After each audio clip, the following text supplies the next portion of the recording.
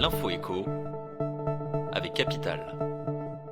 Le coup de gueule du jour pourrait être poussé par des salariés passés en chômage partiel et devant rembourser un crédit immobilier.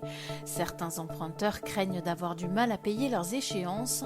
Si ces derniers pensaient faire jouer la garantie perte d'emploi souscrite au sein de leur assurance de prêt, ils vont être déçus. Cette garantie facultative ne leur sera d'aucun secours puisqu'elle ne couvre généralement que les situations de licenciements économiques. Le chômage partiel, au même titre que la démission, la rupture conventionnelle ou encore la fin d'un CDD n'est donc pas concernée.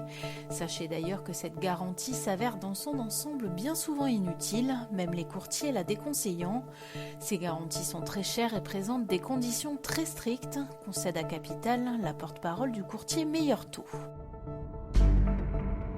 Le chiffre du jour, 90 jours, c'est le nouveau délai accordé aux automobilistes pour payer ou contester une amende.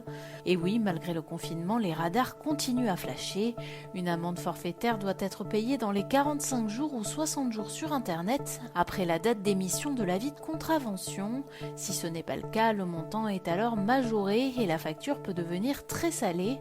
Actuellement, les Français confinés loin de chez eux, dans leur résidence secondaire notamment, ne peuvent consulter leur courrier et donc prendre connaissance d'une possible verbalisation. Pour éviter que ceux-ci soient injustement pénalisés, le gouvernement prolonge exceptionnellement le délai de paiement et de contestation des amendes de 45 à 90 jours.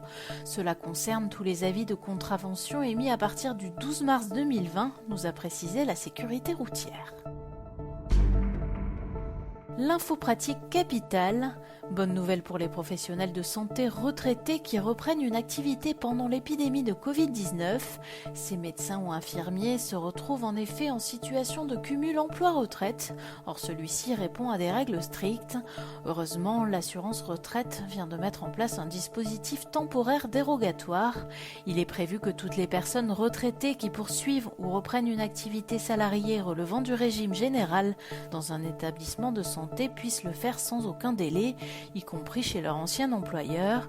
Elles pourront ainsi bénéficier du cumul emploi-retraite total sans aucune condition, en espérant que cela encourage ces anciens soignants à rejoindre leurs collègues engagés dans la lutte contre le coronavirus.